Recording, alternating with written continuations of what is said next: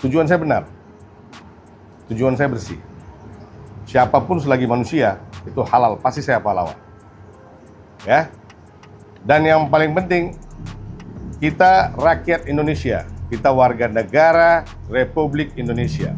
Kalau kita dengan kebenaran, dengan penuh kebenaran, fakta, kita kalah sama orang asing, berarti kita belum merdeka.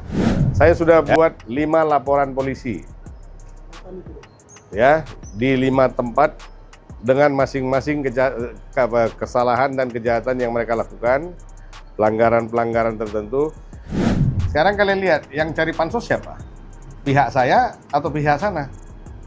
Jadi awalnya seakan-akan kan ini playing victim. Lelaki sejati tidak akan bermain seperti ini. Kan kasarnya gitu. Lelaki sejati tidak akan playing victim. Tahan. Makanya nggak ada yang gue izinin mereka ini diundang ke podcast sana, podcast sini. Nggak ada yang gue izinin. Tidak, kita tidak mengumbar cerita di sini. Kita punya cara sendiri bagaimana mengedukasi wanita-wanita di negara ini. Yang di sini kita buat untuk pemalsuan. Ya, saya sudah buat lumayan lama, udah 1 bulan lebih saya buat. Saya ikutin aja proses, tidak ada kita buat apa-apa, kita ikutin proses. Jadi, kan. Tapi sekali lagi saya bilang saya tidak takut dengan hujatan-hujatan mereka, karena saya memang di sini untuk bersuara, ya. Dan saya tidak mau bilang itu dengan speak up. Saya di sini fungsinya bersuara. Kenapa? Kalau saya bungkam, kalau saya pun tidak bersuara, siapa yang tahu apa yang terjadi dengan 2 wanita ini? Dan banyak laki-laki asing yang ya tidak berbobot lah yang datang ke Indonesia ini, modal dia survive, modal dia bertahan hidup itu adalah mengumbar cinta. Ya, dia tahu mungkin wanita Indonesia kalau dilembutin akan lebih mudah untuk didapatin. Jadi mereka kasih kelembutan-kelembutan yang palsu untuk memperoleh keinginan. Kebetulan di sini prianya 1 orang, korbannya masih 2. Gue nggak tahu yang berikut, gue nggak tahu yang belum terdata dan belum datang ke saya, kan gitu. Ada beberapa yang sudah menghubungi saya, mengaku korban yang pernah terlibat dengan ya mungkin one night stand atau gimana-gimana, cuma ya saya belum mau gubris dulu, nanti terlalu melebar saya punya cerita, kan gitu. Jadi jangan pernah dipikir saya memanipulasi pikiran mereka atau saya doktrin mereka agar tidak bicara supaya saya ambil alih panggung. Enggak, bro. Gue banyak kerjaan, ya. Saya bukan pengacara pengangguran kasarnya gitu. Kalau gue nggak tahu kalau yang di sana-sana ya gitu. Kita time padat loh, gue bilang. Ini benar-benar gue bilang saya bukan cari duit di sini. Saya benar-benar mencari keadilan untuk mereka. Sekali lagi gue bilang mereka ini adalah cerminan wanita di Indonesia yang mana terjolimi oleh pria asing. Kalau saya boleh ngomong ya, kepada presiden gue ngomong, batasin orang-orang asing yang tidak punya kapasitas yang datang sini untuk meraup keuntungan. Perketat imigrasi, perketat polisi, perketat perbatasan. Mereka-mereka yang datang ke sini, ini kita negara sedang berkembang loh. Dari hari itu sampai hari ini kita negara yang sedang berkembang. Di negara seperti ini kita butuh investment, investasi, investor. Kita nggak butuh predator. Kita nggak orang kaya di negaranya tidak akan merantau ke negara orang. Kalian garisin, pakai tinta merah kalau perlu. Okay. Dari zaman prasejarah sampai hari ini, ya, kecuali ekspansi kerajaan, yang namanya orang merantau itu pasti dia untuk memperbaiki ekonomi dia di tanah baru. Itulah judulnya merantau. Nggak ada konglomerat pergi merantau, nggak pernah sejarah. Cek konglomerat mana yang anaknya mau dia di luar, yang jauh dari dia, di luar rumah, nggak ada. Omong kosong. Jadi kalau ada orang merantau begitu ngakunya orang kaya, ya cukup tahu aja. Berarti Anda sedang BD, kan? Jadi Feni mendampingi, Feni ikut mendampingi karena mereka ini sama-sama korban ya, sama-sama korban dari 1 orang. Jadi yang dipanggil memang Mbak Emilia, tapi Feni ikut mendampingi. Jangan, tujuan Anda memang jorok dari awal. Anda pakai wanita ini untuk mempublikasi diri Anda. Kalau saya enggak, memang keadilan tujuan saya. 2 wanita ini harus dapat keadilan. Saya bilang, ini negara sudah merdeka, ya. Ini 2 anak bangsa. Kalau kita kalah lawan orang asing di negara kita, berarti kita belum merdeka. Dan jangan ada netizen yang bermuka 2. Bagaimana cara kalian? masing-masing. Udah. Di sini coba diluruskan kan saya karena sudah baru rame ini kok saya masuk ke sini kan beda gitu. Beda kan bukan karena itu. Mereka kan bilang selalu aku dimanfaatin sama Penny gitu. Karena kan kalau bukan karena aku disomasi aku kan diem orangnya dijelekin kayak gitu. Ya. Pertama kali Mbak Emilia. Jadi gini, banyak dipreset-presetin. Itulah kadang kalau orang speak up itu kadang begitu kan gitu. Jadi seakan-akan dibuat ini datang untuk bikin rame di sini, ini datang untuk bikin rame di sini, untuk menghantam sesuatu. Enggak ada gitu. Memang benar dua-dua ini pihak yang dirugikan. Nah, satu lagi, Mbak Emilia ini disomasi. Ya bayangin, orang-orang yang paham hukum aja kalau disomasi itu nggak enak makan, nggak enak tidur. Apalagi orang-orang yang awam hukum. Mbak mau berdamai atau mau keadilan? Keadilan. Oh, udah. Nah, Penny mau berdamai atau mau keadilan? Keadilan. Oh, udah.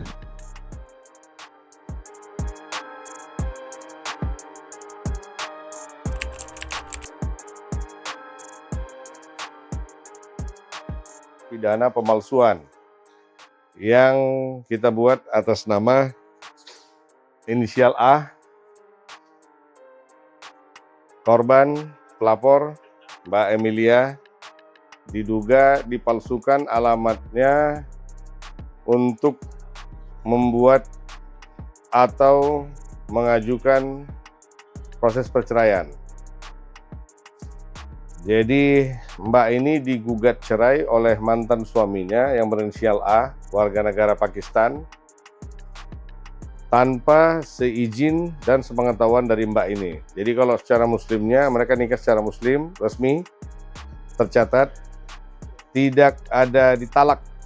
Jadi tahu-tahu sudah keluar akte perceraian dan sudah diceraikan tanpa pemberitahuan dan tanpa talak.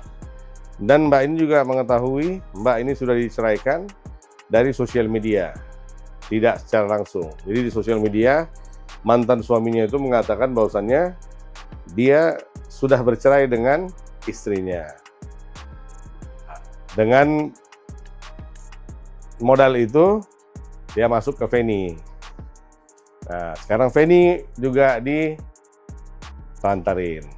Lalu ya bermacam alasan lah sekarang dia buat dengan 1000 macam jalan yang dia tempuh.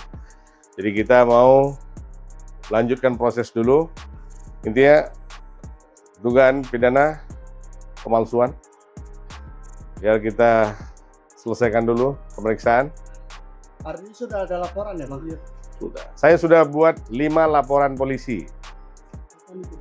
Ya, di 5 tempat dengan masing-masing kesalahan dan kejahatan yang mereka lakukan, pelanggaran-pelanggaran tertentu, ada di Polda wilayah hukum Polda Metro Jaya dan ada di wilayah hukum Polda Jawa Barat. Saya sudah buat 5 LP. Jadi saya nggak mau berkoar-koar aja, nanti gue tampilin satu-satu, nanti katanya kita cari panggung kan? Nggak, saya bukan cari panggung di sini, saya cari keadilan buat 2 wanita Indonesia ini. Jadi saya buat mereka ini bukan untuk menjadi apa dibilang bansos ya, istilahnya ya. Enggak, saya nggak ngejar duit di sini. Yang saya kejar keadilan. Mereka berdua ini adalah cerminan di mana wanita Indonesia tidak boleh dimainkan oleh lelaki asing dengan nama pernikahan siri. Bayangin Mbak Emilia yang udah menikah resmi aja masih bisa diginiin. Bagaimana yang dinikahin resmi? Kan tinggal suka-suka mereka aja. Jadi tujuan kita ini memberikan edukasi. Mumpung negara kita ini populasinya lebih banyak wanita dan banyak laki-laki asing yang ya tidak berbobot lah yang datang ke Indonesia ini, modal dia survive, modal dia bertahan hidup itu adalah mengumbar cinta. Ya, dia tahu mungkin wanita Indonesia kalau dilembutin akan lebih mudah untuk didapatin. Jadi mereka kasih kelembutan-kelembutan yang palsu untuk memperoleh keinginan mereka. Ya, setelah dapat, selagi masih mereka bisa bertahan, mereka bertahan. Tiba nanti ada tenggekan yang lebih bagus, mereka lompat. Seperti ayam kan gitu, pindah ke kandang sebelah. Yang di sini kita buat untuk pemalsuan. Ya, saya sudah buat lumayan lama, udah 1 bulan lebih saya buat. Saya ikutin aja proses. Tidak ada kita buat apa-apa. Kita ikutin proses. Jadi Feni mendampingi. Feni ikut mendampingi karena mereka ini sama-sama korban ya, sama-sama korban dari satu orang. Gitu. Jadi yang dipanggil memang Mbak Emilia, tapi Feni ikut mendampingi. Mbak Emilia yang mau disampaikan Mbak Emilia? Ya, pesan buat wanita Indonesia supaya berhati-hati dan jangan mudah percaya. Bukan semua jelek, tapi kita harus hati-hati. Ya, Harus intinya hati-hati aja. gue bilang mereka dua ini adalah cerminan. Mereka dua ini sekarang kita melakukan edukasi kepada rakyat wanita yang hidup di dalam satu negara yang dimana dominan dan mayoritas adalah wanita. Ya, dari 300 juta penduduk kita, mayoritas itu perempuan, baru sisanya laki-laki. Jadi negara seperti ini penting banget edukasi seperti ini gitu. Jadi jangan ditahan-tahan. Makanya nggak ada yang gue izinin mereka ini diundang ke podcast sana, podcast sini, nggak ada yang gue izinin. Tidak, kita tidak mengumbar cerita di sini. Kita punya cara sendiri bagaimana mengedukasi wanita-wanita di negara ini. Ya? Hah? Bukti tambahan akta perceraian dulu. Jadi beliau ini dinyatakan tinggal di alamat yang dia tidak pernah tinggal. Jadi Mbak ini tinggal di Jawa Tengah, tapi alamatnya dikasih di Jakarta Selatan ya? Ya Selatan, Kalibata. Sementara Mbak ini nggak pernah tinggal di apartemen Kalibata. Tapi pada saat dia mau somasi Mbak ini, dia tahu alamat rumah Mbak ini yang di Jawa Tengah sana. Ya, Oke, Bang. itu dulu ya.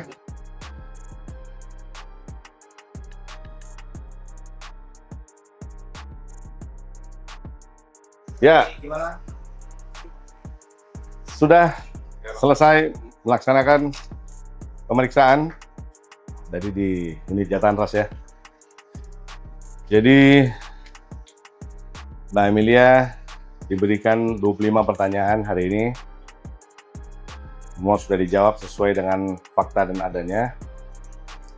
Tinggal nanti saksi-saksi pendukung akan diperiksa dalam waktu dekat. 25 pertanyaan itu terkait apa aja, Bang? Terkait dengan pemalsuan. Pemalsuan. Tadi dilampirkan juga barang bukti baru. Sudah kita lampaikan. Akte cerai, bukti bahwasannya Mbak ini nggak pernah tinggal di apartemen itu, dan bukti KTP, surat domisili wilayah di sana, sudah kita lampirkan lah semua bukti-bukti terkait. Bahwasanya tidak ada hubungannya seorang Emilia dengan Jakarta Selatan. Apalagi apartemen yang disebut, Emilia tidak pernah tinggal di apartemen tersebut. Ini kan terkait pemalsuan data ya, Ya. dokumen. Mungkin pasalnya sendiri dan ancamannya berapa, Bang? Itu pasal 242 ya. Ancaman hukuman maksimal itu 5 tahun atau 6 tahun begitu. Sebentar. Ya, maksimal 7 tahun penjara. Tidak, Feni tidak dimintai keterangan sebagai saksi. Kita nggak pengen ngada-ngada di sini. Feni juga tidak ada kaitannya di dalam laporan ini. Cuma Feni datang untuk membackup moral Mbak Emilia. Ya, mudah-mudahan bisa diadili gitu, bersikap adil kayak gitu. Itu aja, karena saya merasa sudah dirugikan, itu aja. Apa yang dirugikan? Nggak apa-apa. Apa Mbak, ngomong aja. Ya, secara moral, mental, materi semua saya kena, karena saya juga dijelek-jelekan di media sosial waktu itu. Di mana? Di media sosial saya dijelek-jelekan. Ya, banyak katanya saya sudah tua, nikah dipaksa, ini itu udah banyak dokumen. Itu aja, sampai situ aja.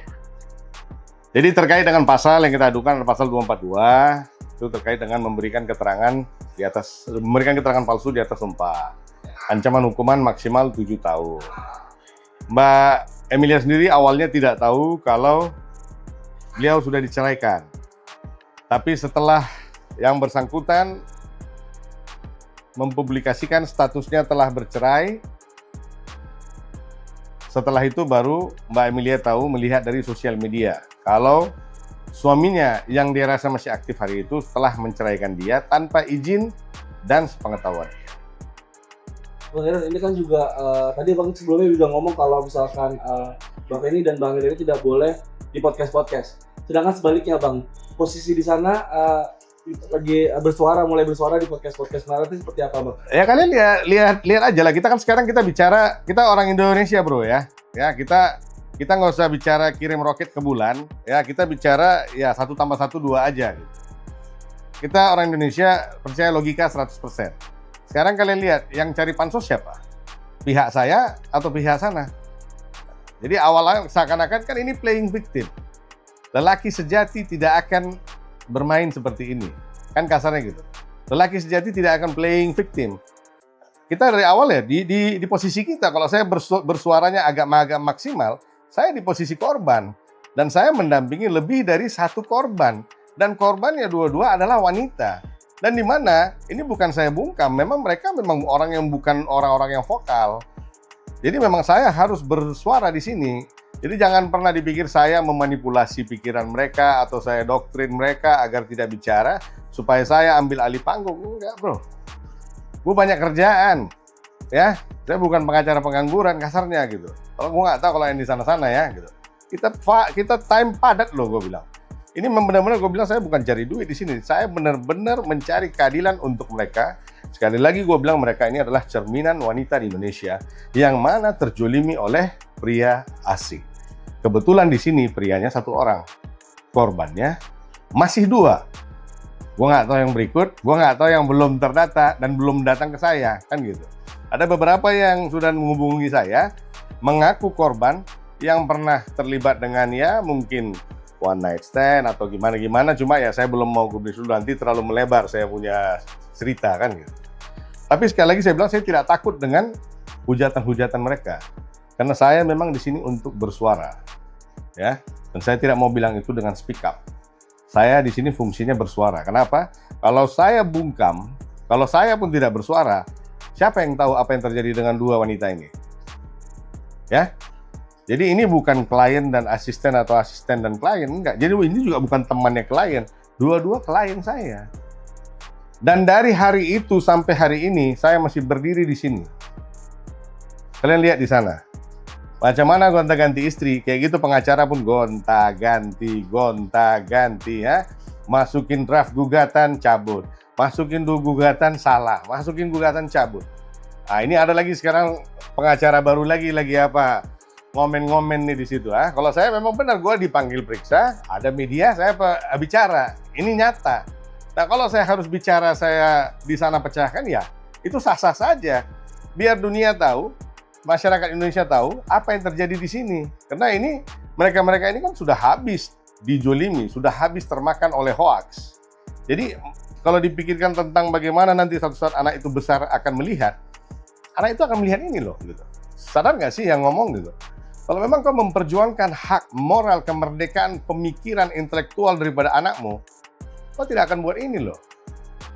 Dan kalau kau memang benar-benar manusia lelaki yang siap mati untuk anak, kau nggak akan tinggalkan ibu kandungnya.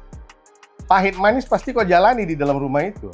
Kita juga suami-suami yang sudah punya istri dan sudah punya anak lah. Kita bukan anak-anak sekolah di sini kan. Jadi nggak usah deh, gue bilang. Dan singkat aja, kita bro, ini bukan bicara sombong, bukan bicara apa ya. Tujuan saya benar. Tujuan saya bersih. Siapapun selagi manusia, itu halal, pasti saya pahlawan. Ya. Dan yang paling penting, kita rakyat Indonesia, kita warga negara Republik Indonesia. Kalau kita dengan kebenaran, dengan penuh kebenaran, fakta, kita kalah sama orang asing, berarti kita belum merdeka. Ya, nah, udah itu aja intinya. Kalian garis bawahi kata-kata saya. Bapak ini melihatnya gimana Bapak podcast tersebut? Bahkan bisa dibilang agak sedikit memojokkan Bapak ini. Ya pastilah, malu juga iya, sedih juga pasti. Pasti. Bapak ini kehadiran Bapak ini selamatkan sebuah tanggung jawab moral juga kayaknya. Apa bang? Sorry nggak. Kayaknya kehadiran sini bukan hanya sekedar pendamping, tapi juga ada tanggung jawab moral. Pasti, Ya, pasti. Memang melihatnya seperti apa sebenarnya di kasus yang sama atau bagaimana? Dia di awalnya juga Penny dengan Mbak Emilia ribut kenapa? Kan karena seseorang. Ributnya kenapa? Kan pasti karena ada penyampaian dari sisi sini kepada sisi sini terkait Mbak ini kepada Mbak ini. Nah, waktu fakta itu kan seperti asap hitam, Mbak ya. Pada saat asap itu habis, kan reality akan terlihat. Pada saat mereka lihat realitinya ternyata tidak sama dengan pembualan hari itu, ya logika akan mulai bekerja dong. Kalau dibilang cinta, kalau dibilang bucin, saya nggak sepakat dengan bucin. Cuma ya, semua orang punya keyakinan, Pak. Kalau semua orang tidak akan sama dengan semua orang. Ya, atau satu orang tidak akan menjadi orang jahat kepada semua orang. Tapi pada saat satu orang mengulangi kejahatan yang sama, maka orang itu akan disebut apa? Di dalam hukum aja kita lihat, perilaku seseorang yang berbuat kejahatan pertama kali dengan mereka-mereka yang sudah punya riwayat residif, itu beda loh penanganannya. Kenapa? Mereka sudah mengulangi.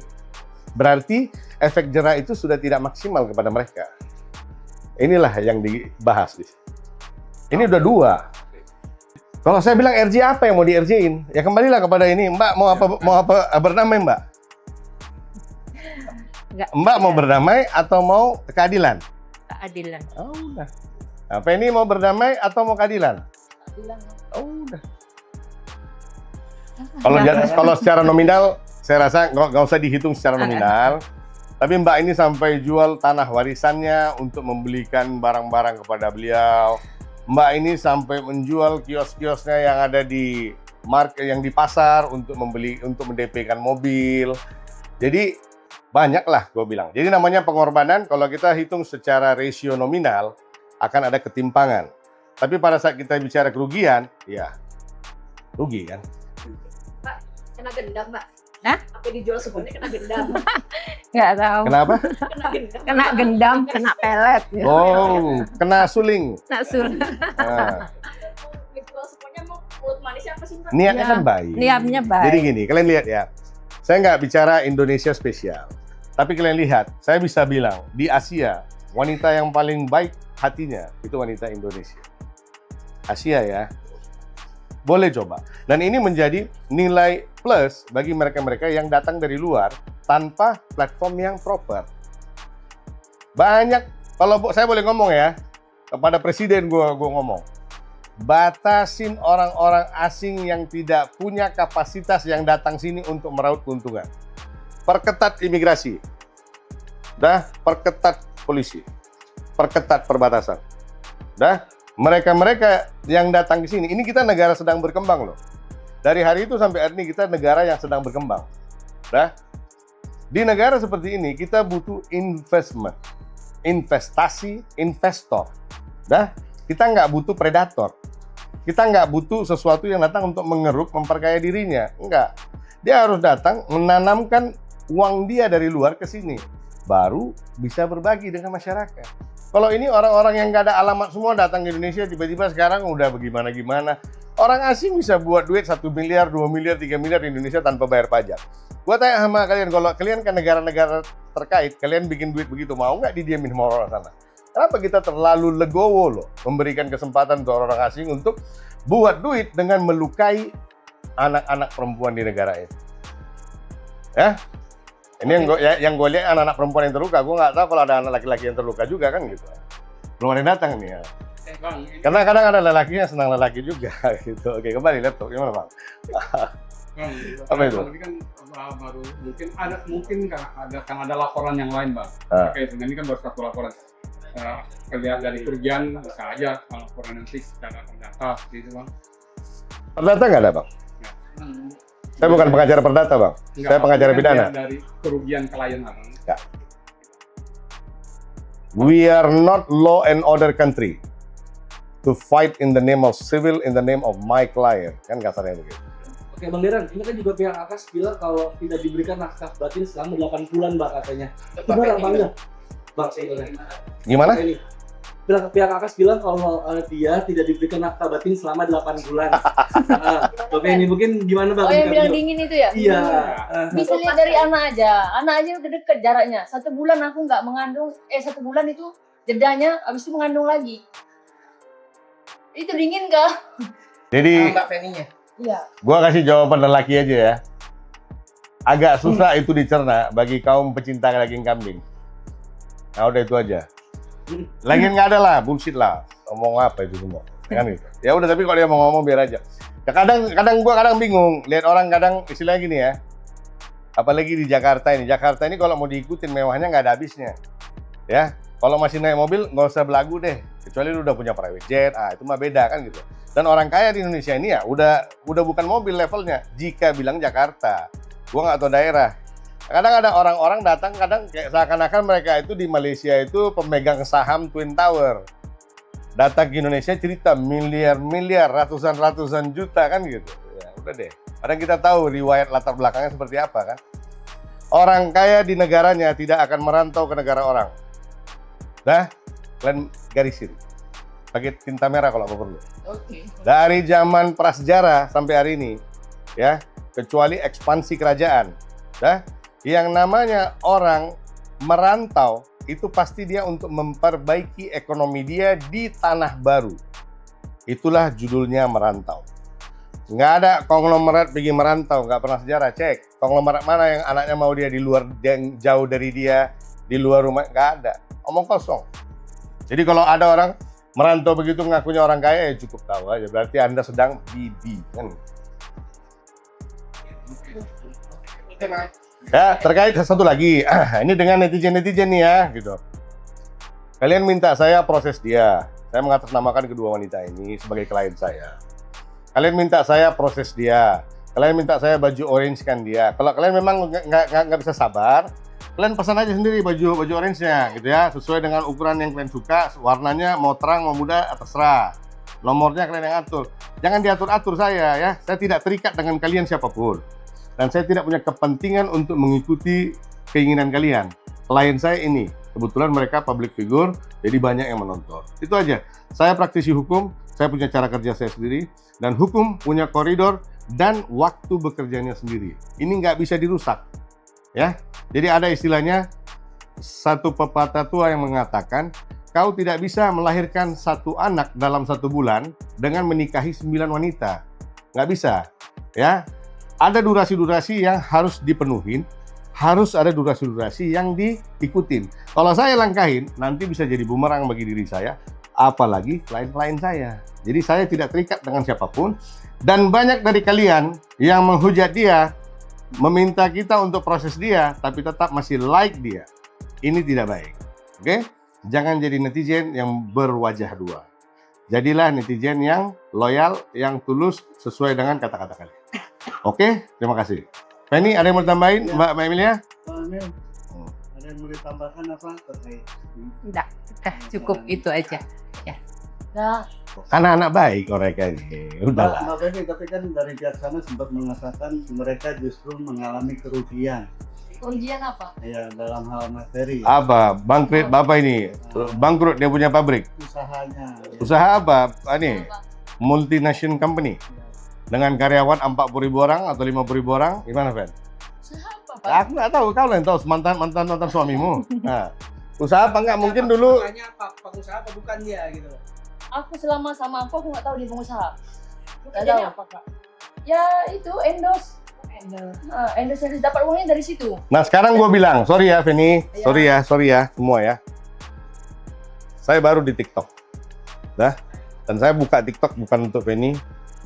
Saya buka TikTok untuk mengangkat orang-orang yang terjolimi dalam nama hukum. Dan Feni datang. Nah, sekarang kalau dibilang, gua goreng mereka, sampai follower gua jadi apa banyak. Nah, sekarang gua nggak pernah terlintas ke sana. Nah, sekarang gua tanya, dia waktu pertama kali kenal Feni, follower dia berapa banyak, Fen?